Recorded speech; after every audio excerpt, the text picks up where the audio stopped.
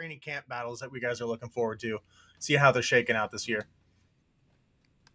Well, yeah, man. I mean, I guess if you want to start, go for it, because all my picks are all homer picks.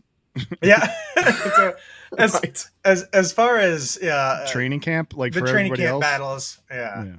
So right now, I think the one I'm most interested to see how it shakes out is just the Browns quarterback room. They've got 5 names of B-, C+ prospects, and I don't think that they really know how it's going to shake out. So, what are the odds that all 5 of them start? I don't know. I mean, my right. There's Vegas money out there on that. There's got to be Vegas money on that. There's absolutely Vegas money out there on that. I haven't looked that up, but maybe somebody in the chat maybe verify that for us. Not all 5, but like whatever they end up rostering, I think there's a pretty high chance, based on what I saw of that room. I bet there's a pretty high chance that everybody they end up rostering come out of training camp ends up starting for them at least one game. Yeah. It's. So I say that like I have any. I say that like I have any position to talk as a Bears fan about quarterback. You have we both have zero.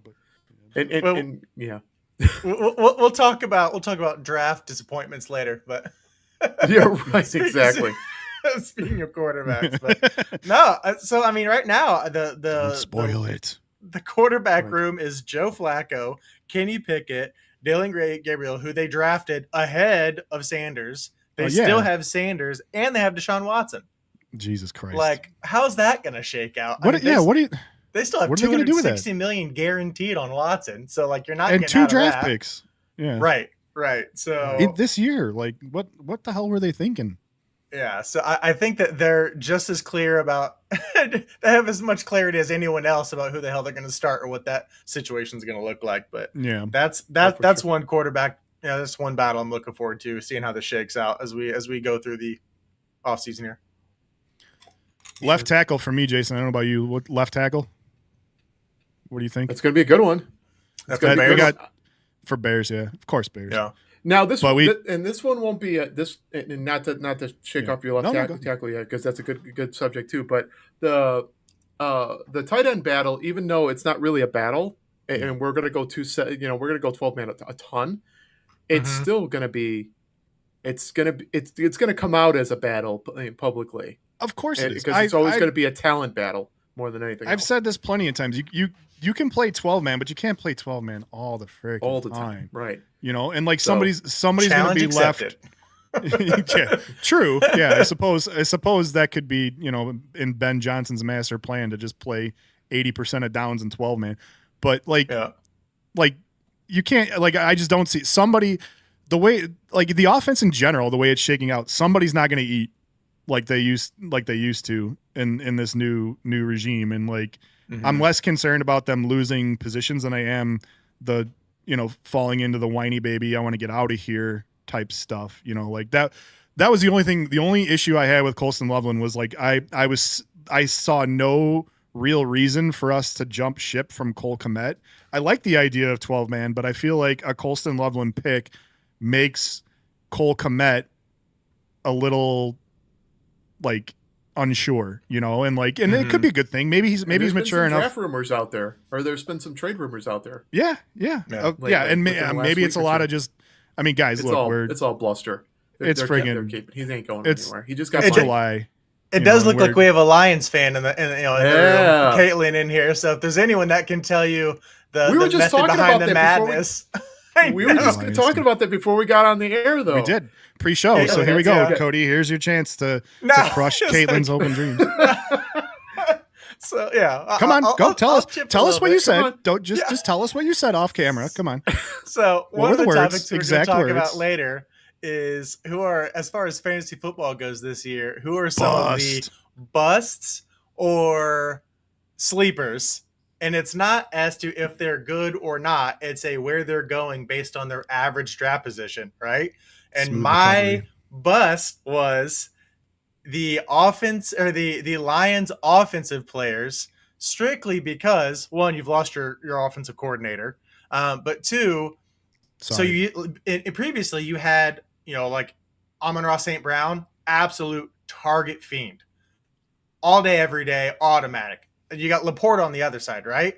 Well, with the adjustment at the offensive coordinator position and the emergence of Jamison Williams, there's not going to be this, really heavy 1-2 punch. It's going to be more spread out, right? You still have a nice little running back duo with Gibbs and your boy, and your boy. So that's right. I think that again, that offense, love the Lions. And this is not the group to be talking to because there are a couple of Bears fans, but love the Lions, love the head coach. I think from a fantasy football perspective, I think there's not going to be this 1A, 1B, just absolute powerhouse of targets. I think it's going to be more spread out. It's going to have to be. I'm really curious to see how the new offensive coordinator kind of shapes that attack. But I think from a fantasy football perspective, I think it's going to be, it's a pretty cool. Draft them a little lower than you typically would because I think it's going to be spread out a little more. I mean, I think that's again, not trying to be, I'm a Bears fan, so everything the Lions put out there is going to be crap. But I think that's a pretty safe call. I mean, let's be honest. Even with a new offensive coordinator, even the Bears, I'm not coming out and expecting them to fire on all cylinders right out of the gates because they got a new offensive coordinator. Granted, same thing. Same thing last year. We had a new offensive coordinator too, but hope springs eternal in Chicago. Of course, it always does. Well, we don't have hard knocks. And a curse. Yeah, it's something that us and Lions fans have in common. Yeah, we don't have hard knocks this time to get us all juiced up right before they cut the wind out from our sails or anything like that. But John threw out another really good mini camp. Anthony Richardson and Daniel Jones. That's a good one. I think that one hits close to home because I obviously grew up in Indiana. A bunch of Colts fans that are friends, but I think this is pivotal for Anthony Richardson, or he's going to find himself. Yeah, he's going to find himself on the outside looking in. Yeah, but 100%. But with the Lions too, being an optimist, because I do like the Lions, and I have nothing against them. I do wish they Yeah, they're my least hated NFC North team outside of the right. By far. Right. I think that's that. Yeah, there's a pecking order there, and they definitely come in third. So, but I do think they'll do well, and everything that we've seen from Ben Johnson in Chicago is that the dude is systematic. He is a surgeon. Tactics and a surgeon. He is a fiend. And I think if he knew that he was going to make this move well far in advance. And so if we know Ben Johnson based on what we've seen of him so far, I think he's prepared that offense and that staff to be effective right out of the gate. So like us, it's probably going to take 5 or 6 games to get their feet back under them a little bit. Yeah, but I think once they find their footing, they're going to be okay. That's what I'm saying. It's going to take some time. And so if you're looking at it from a pure fantasy perspective, how much time are you willing to wait, on some of those guys if they're going through 3-4 games in the beginning, not scoring any points?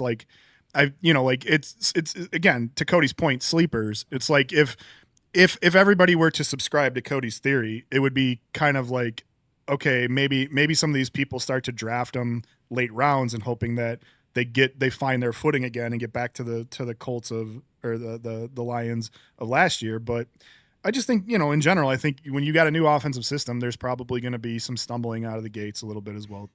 And they're not gonna be will that be enough to draw people away? I don't know, but I'm with you that I think that has a very easy potential to be a fantasy bust pool over there in the offense. Yeah. Well, what's going to happen. These guys, Laporta, all these guys, they're going to be sitting on the scrap heap somewhere, right, in free agency, come game 4 or 5, and everybody's going to quit on them, and then they're going to bust out come 7 or 8.